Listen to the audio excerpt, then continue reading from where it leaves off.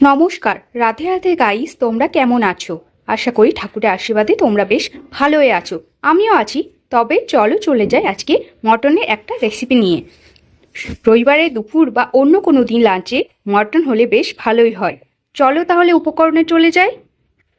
আমরা ফার্স্টে মটনটাকে ম্যারিনেট করে রাখবো। তার জন্য কিছুটা পরিমাণ পেঁয়াজ বাটা এখানে অ্যাড করব। তারপরে কুচনো পেঁয়াজ কিছুটা এখানে দিয়ে দেব।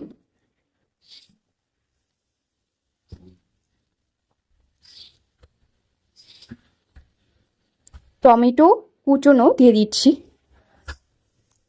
এবং এই মশলাতে আছে ধনে গুঁড়ো, জিরে বাটা, আদা রসুনের পেস্ট এবং লঙ্কা বাটা।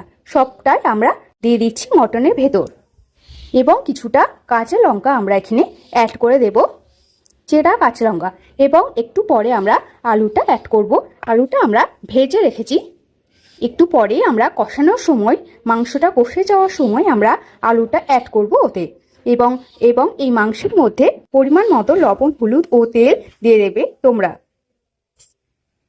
এবং এই মটনের মধ্যে আমরা লবণ, হলুদ ও পরিমাণ মতো তেল অ্যাড করেছি। তোমরা তোমাদের স্বাদ মতো দেবে যতটা পরিমাণ লাগে। তারপরে এই মিশ্রণটাকে ভালোভাবে মিশিয়ে নেবে।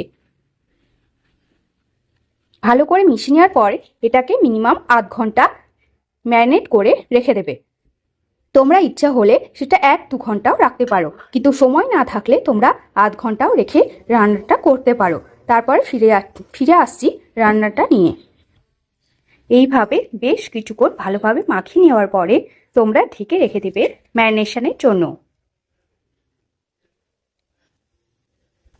মাংসটা আমরা ওভেনে বসিয়ে দিলাম। ম্যারিনেট কিছুক্ষণ হলো, তারপরে বসিয়ে দেওয়ার পর এবার আমরা মাংসটা ওভেনে বসিয়ে দিলাম। তারপরে গ্যাসের আঁচটা আমরা লো টু মিডিয়াম করে দেব জল বেরোনো পর্যন্ত। জল অনেকটা বেরিয়ে যাওয়ার পরে আমরা গ্যাসের পাওয়ারটা লোতে দিয়ে বেশ কিছুক্ষণ কষিয়ে নেব। তো কষতে কষতে আমরা ফিরে আসছি কিছুক্ষণ পরে।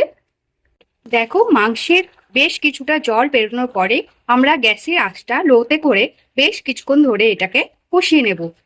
কষতে কষতে জল কমে যাবে এবং একদম মটনটা শুকিয়ে আসবে। ততক্ষণ আমরা কষে নেব। তারপরে আবার ফিরে আসছি। বেশ কিছুক্ষণ কষিয়ে নেবার পরে আমরা এখানে আলুটা অ্যাড করে দিলাম। তারপর আবার বেশ কিছুক্ষণ আমরা এই মাটনটাকে কষিয়ে নেব। মাংসটা ভালোভাবে কষে যাওয়ার পর আমরা এখানে গরম জল দিয়ে দিয়েছি। তারপর গ্রেভিটা পরিমাণ মতো হয়ে গেলেই রেডি হয়ে যাবে আমাদের মাটন। ঘি, গোটা গরম মশলা দিয়ে ছড়িয়ে নিয়ে আবার নামিয়ে নেব মটনটা রেডি হয়ে যাওয়ার পরে।